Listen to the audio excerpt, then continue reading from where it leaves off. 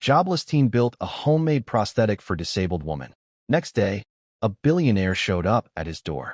In a quiet part of the city, where narrow streets curved between old buildings and stray dogs lazed in the sun, lived a teenager named Riley Carter. At 19, Riley had no job, no college admission, and no clear path forward. He spent most of his days in a dusty garage behind his grandmother's house, surrounded by broken electronics, rusty bicycles, and piles of old machine parts he had collected over the years. His father had been a mechanic before passing away when Riley was 10, and the old man's toolbox still sat in the corner like a treasure chest from a forgotten era. Though Riley lacked formal education, he had a natural talent for fixing things. From repairing neighbors' fans to building small robots from junk, his hands seemed to understand what most others couldn't. But in a world driven by certificates and degrees, no one cared much for his talent. Job applications turned into silence. Interviews, when they happened, ended in polite rejections. His friends had moved on, some to college, others to part-time jobs in supermarkets and delivery services. Riley stayed behind, invisible to most, except his grandmother who believed in him even when he didn't believe in himself. One summer afternoon, the air thick with the smell of hot asphalt, a woman came to his garage. Riley was tightening bolts on a makeshift motorized bike when he heard the sound of wheels on gravel.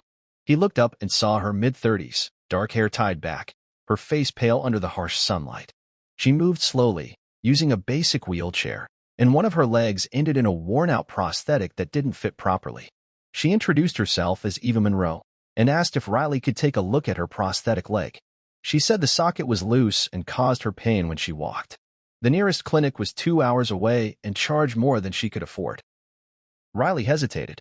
He'd never worked on anything medical before, but he could see the discomfort on her face, and something inside him pushed forward. He asked her to wait while he looked at the leg closely. The plastic was cracked, the joint stiff, and the straps had been replaced with shoelaces.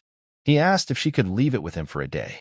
Eva nodded, surprised but grateful, and left it behind while switching to an older backup leg. That night, Riley didn't sleep. He spread open old textbooks and downloaded diagrams from public libraries online. He studied knee mechanics, pressure points, weight distribution, and joint rotation. He used plastic from a discarded chair, aluminum from a bicycle frame, and parts from an old printer. His hands moved fast, driven by focus he hadn't felt in months. It wasn't just about fixing a device, it felt like something more. Like this small act could mean something big. By morning, he had built a new prosthetic. It wasn't perfect, but it was strong, light, and designed to move more naturally. When Eva returned later that day, Riley helped her attach it, tightening the straps carefully. She stood slowly, testing her balance, taking one step, then two. Her face lit up in disbelief. It was the first time in months she had walked without pain. She looked at Riley with tears in her eyes and said, "You just gave me back a part of my life." Riley didn't know what to say. He just nodded and looked away, pretending to check the bolts again. Eva stayed for a while, asking questions about how he made it, curious about his process. She mentioned she used to work in rehabilitation therapy before her accident, and she had seen dozens of prosthetics, but nothing quite like this. Riley shrugged, saying he just used what he had. She left a few hours later, thanking him again, and promised to visit next week for adjustments. That night, Riley sat in the garage, staring at the empty workbench. Something inside him had changed. For the first time in a long while, he didn't feel useless. He had done something that mattered, but he had no idea that someone else had noticed. The next morning started like any other. Riley was sipping instant coffee from a chipped mug when he heard a strange sound. It wasn't a car or a bike. It was louder, more powerful.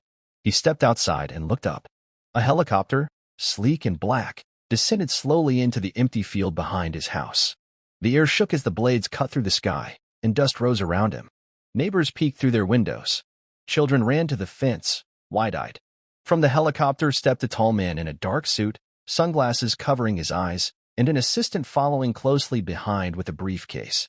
Riley stood frozen. The man walked straight toward him and said, "You must be Riley Carter." Riley nodded, too stunned to speak. "I'm Mason Grant," the man continued. "Eva told me what you did. I'd like to see it for myself." Mason Grant was not an ordinary visitor. Known in business circles as a billionaire investor with a passion for medical technology, his sudden arrival left Riley overwhelmed and confused. Mason didn't waste time with small talk. He walked into the garage, took one long look at the scattered tools, the salvage parts, and the prosthetic still lying on the workbench for minor refinements. His sharp eyes examined every inch of the device, turning it over in his hands. He asked Riley to explain how he built it, and Riley, though nervous, began to talk about the recycled printer motors, the joint angle calculated through trial and error, the materials used based on what he had available. He didn't use technical jargon or fancy terms. He just told the truth, step by step, from instinct to design. Mason listened without interrupting, occasionally nodding, his face unreadable. After a long pause, Mason told him that the prosthetic was nothing short of remarkable, not just because it worked, but because it was made with almost nothing, and still managed to do what many expensive designs could not: give comfort, ease, and dignity back to the user. Riley didn't know how to respond. His hands were still shaking, stained with grease and glue. Mason then said he had something to show him. From the briefcase, his assistant pulled out a tablet, and on the screen were blueprints of commercial prosthetics, cold, mechanical, polished. Then Mason swiped to another file, this one titled Project Hope. It was a vision, a concept for a new line of affordable prosthetics that could be built and distributed to people in low-income areas, disaster zones, and developing countries. The problem was, no engineer on his team had found a way to make them both cost-effective and functional. Until now. Until Riley. Mason offered Riley a proposition. Come with him to his research facility, work with his engineering team, and turn this garage-built prototype into a product that could help thousands. Riley's mind spun. He had never left the city, never even sat on a plane, and now a billionaire was asking him to fly to another state to join a company. It didn't feel real. He told Mason he needed time. Mason understood, but left behind a sealed envelope and a business card. The envelope held something Riley didn't expect: a job offer, a place to live, and a full scholarship to finish school while working. Mason believed talent like Riley's came once in a generation, and he didn't want to let it slip away. After the helicopter left, the field returned to silence, but Riley's world had already changed. His grandmother hugged him tightly that night, proud in a way words couldn't express. Riley stayed up all night again, not building this time, but thinking about opportunity, about fear, about whether he was ready. The next morning, he called the number on the card. Mason's assistant answered and arranged everything. 3 days later, Riley was on a plane for the first time in his life, watching clouds pass beneath the wings, still unsure if this was a dream. The research facility was unlike anything he had seen before. Huge labs filled with clean benches, robotic arms, computers running simulations, and engineers in white coats. He felt out of place in his hoodie and worn-out sneakers. But when he showed them the details of his design, the way he balanced the weight, the socket shape that reduced pressure points, the makeshift hydraulic hinge, they didn't laugh or question. They listened. They took notes. They invited him to join the discussion. And when they tested his prototype against their lab-made versions, his came out ahead in comfort and flexibility. Everyone in the room knew they had something special. The next few weeks were intense. Riley worked alongside professional engineers, learning terms he never knew before, discovering techniques he had never used, but his ideas remained at the heart of every meeting. He sketched new improvements at night and tested them by day. Eva joined them often, providing feedback from the user's perspective, helping them shape a product not just scientifically sound but truly human. She and Riley grew closer, connected not by sympathy but by shared purpose. They were building more than just a machine. They were building a new chance for people forgotten by the system. Despite the rapid progress, there were challenges. Some investors in Mason's company doubted the teenage newcomer, saying it was risky to build an entire product line around someone without formal education. But Mason backed Riley fully. He called him a rare mind, the kind that didn't just think in formulas but felt solutions through his hands. Riley responded not with words, but with work. His updated model was easier to assemble, used even cheaper materials without losing function, and passed the durability tests that other prototypes failed. As the launch day approached, the team grew excited. The first production run was scheduled, and a name was chosen, Stride 1. It would be the first in a series designed by Riley, tested with real users, and priced low enough for wide access. They prepared a press release, a demo video, and even a presentation for health organizations interested in partnering. But Riley wasn't thinking about fame or success. One night, alone in the lab, he looked at the original prototype. It still had the uneven welds and scratches from his first attempt, but it worked. That rough device had opened the door to a future he couldn't have imagined. Now he was helping to open that door for others. The launch of Stride 1 marked the beginning of something far bigger than Riley had ever imagined. The announcement went live on every major platform, showing footage of real people using the prosthetic to walk, run, and even dance. The video featured Eva, smiling as she stepped across uneven terrain, saying how the device changed her life. Riley watched the video alone in the corner of the lab, not comfortable with attention but quietly proud. Orders poured in from clinics, hospitals, and nonprofits around the world. News outlets ran headlines like "Teenager Builds World's Most Affordable Prosthetic" and "High School Dropout Changes Medical Industry." For a while, Riley felt like the center of a story much larger than himself. He was flown to conferences and invited to speak to students. He struggled with crowds and public speaking, but shared his story as honestly as he could. Every time he saw a child take their first steps using his design, the anxiety melted away. It was never about recognition. It was always about the impact. Back at the lab, things moved quickly. Mason gave Riley his own design space and a team that reported directly to him. Riley continued to develop new models for different needs, one for children that could be adjusted as they grew, another for athletes that offered high mobility, and even a waterproof version for those living in coastal areas. Eva became an advisor for the user experience team and often worked side by side with Riley, giving suggestions that came not from theory but from real-life use. Over time, Riley grew more confident, not just in his technical skills but in his ability to lead. He no longer felt like an outsider among engineers. He had earned his place. Months passed, and with every success, Riley stayed grounded.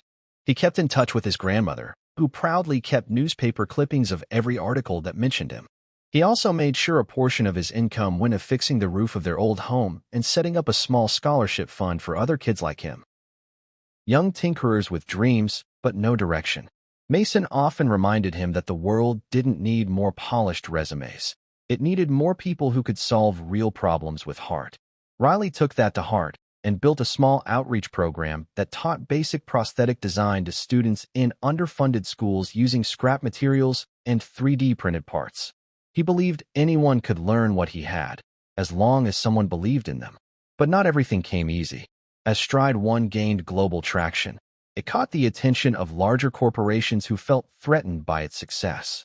One day, a major competitor released a low-cost version that looked strikingly similar to Riley's design, but was made with cheaper materials and had performance issues. Complaints soon flooded in from users who thought they were buying the same product. Riley's team acted quickly, launching awareness campaigns and working with consumer protection groups, but the incident left a bitter taste. For the first time, Riley saw how innovation could be copied and twisted when profit was the only goal. Still, instead of getting discouraged, he doubled down on what made his work different. He strengthened partnerships with ethical suppliers, improved the durability of the next version, and made his open-source plans more accessible so that local makers around the world could build their own versions for free. As the company grew, so did Riley's sense of responsibility. He began to spend more time with patients, listening to their stories, learning about their struggles. He visited refugee camps where people had lost limbs due to conflict and met children who had never known life with both legs. Each visit reminded him why he started. The lab wasn't just a place for machines, it was a place where broken things were made whole again. One evening, after returning from a clinic in a remote village, Riley stood outside the building that now bore his name, the Riley Carter Design Lab. The sign still felt surreal to him. Inside, his team was running late-night tests on a new model that adjusted pressure automatically using feedback sensors. They were pushing boundaries he hadn't even dreamed of a year ago. On the anniversary of Stride 1's launch, the company hosted a small event. Mason gave a speech about how one teenager with a garage full of junk had reshaped an industry. Eva shared how one act of kindness had led to a global movement. Riley, hesitant as always, stood at the end and thanked the people who believed in him, his grandmother, Mason, Eva, and every patient who tested his designs and gave honest feedback. He said the real success wasn't in awards or revenue, but in the quiet moments when someone stood without pain, or walked without fear, or felt whole again. He ended by saying he was still learning, still building, and that the journey was just beginning. That night, long after the lights were turned off and the guests had left, Riley sat alone in the lab. On the workbench lay a new prototype, still rough and unfinished. He picked up a screwdriver and adjusted the joint, just like he had in that dusty garage months ago. Around him were high-tech machines, big screens, and advanced tools, but the feeling was the same. He was still that boy who liked to fix things. And now, he knew for sure, he wasn't jobless anymore. He had found his purpose. Through scraps, trial and error, and a heart that refused to give up, Riley had built more than a prosthetic. He had built a new beginning, not just for others, but for himself.